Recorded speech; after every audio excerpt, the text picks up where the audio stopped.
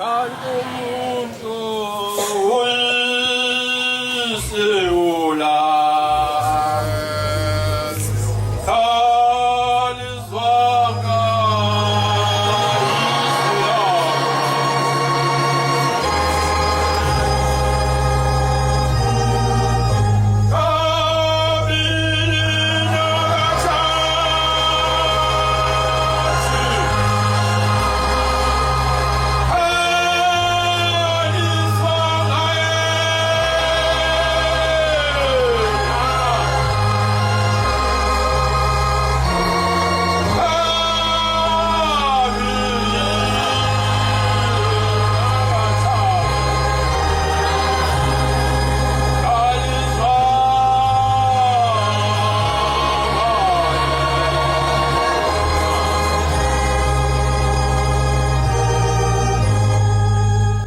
ngiyayikhetha inkosi yakithi ebuhleni babaNazaretha uNyazi lezulu.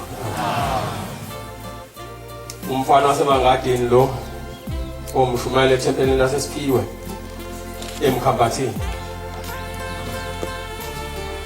Jehova Nyazi lezulu isifangu wabo Nkosi yamakhosi, siyacela ukuthi okhokho nobaba mkhulu wethu ubhuqa wethu lapha kube kuyabakhipha esigodini sosizi. Amen.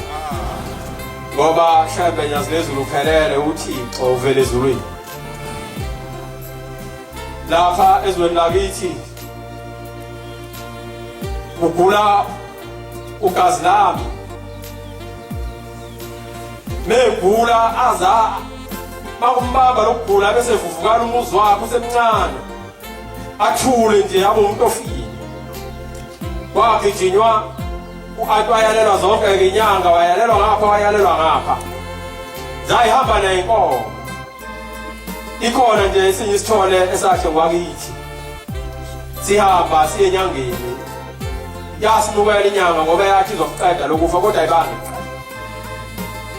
Kodwa Nyazi lezulu usenyameni yakhe emzimbeni wakhe wesithathu Nkosi.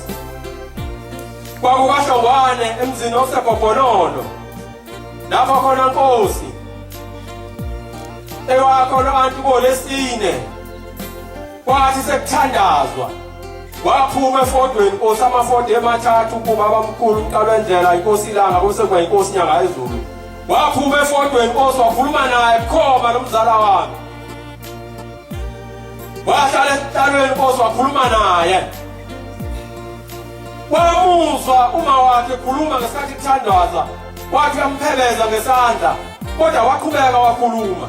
Yena inkosi wengayiboni kodwa ingane yakhe ibona inkosi. Ithi inkosi Nyanga Yezulu mase kuphunywe la, otshela uma wakho ukuthi iyani la niyakhona, kodwa ngolesibili ngidinga izivele la ngikhona ngoba inkosi umhlangano osezivele.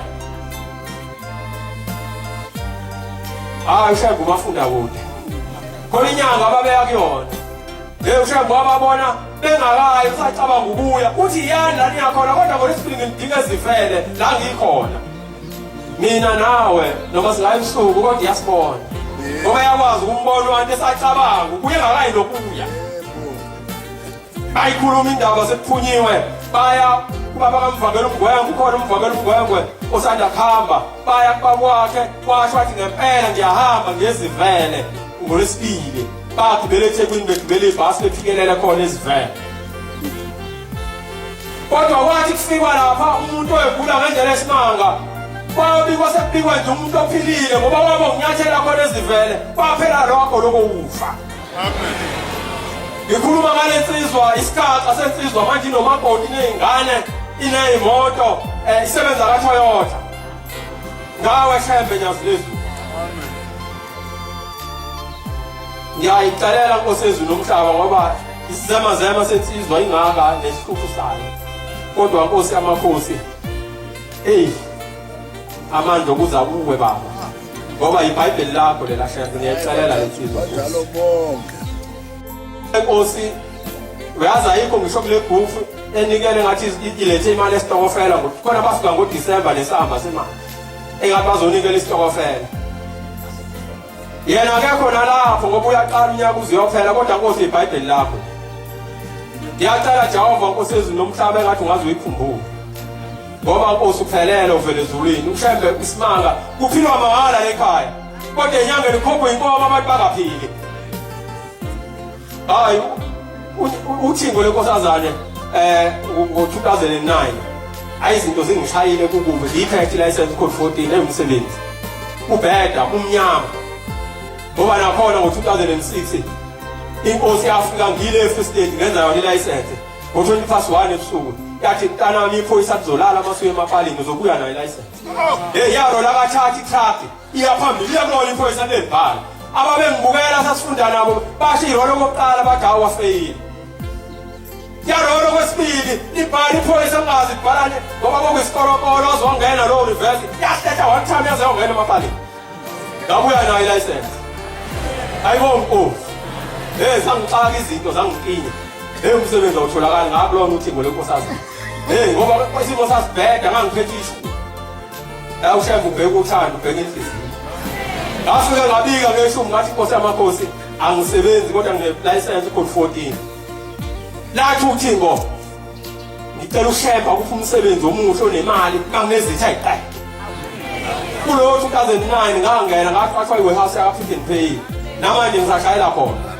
Hayi imali ikhona Nkosi ngiyayihola wangipha angisho nibole hayi wangipha Nkosi isula mina kodwa Jehova hayi wangipha 2013 Nkosi yamakhosi size nomakoti wakithi la emndenini engayitholi ingane iminyaka isu7 wazobika esikalweni sobukhosi hayi namhlanje uphethe intombi Nkosi ayithola ngokusuka kulo muzi wala eJudiya alikho igama engasaqanjiwe lona kwesebizwe ngawo wonke amagama kodwa ngokufika kulesihlalo sobukhosi wabika ecela ingane wayithola intombi ayinti yakhazimula.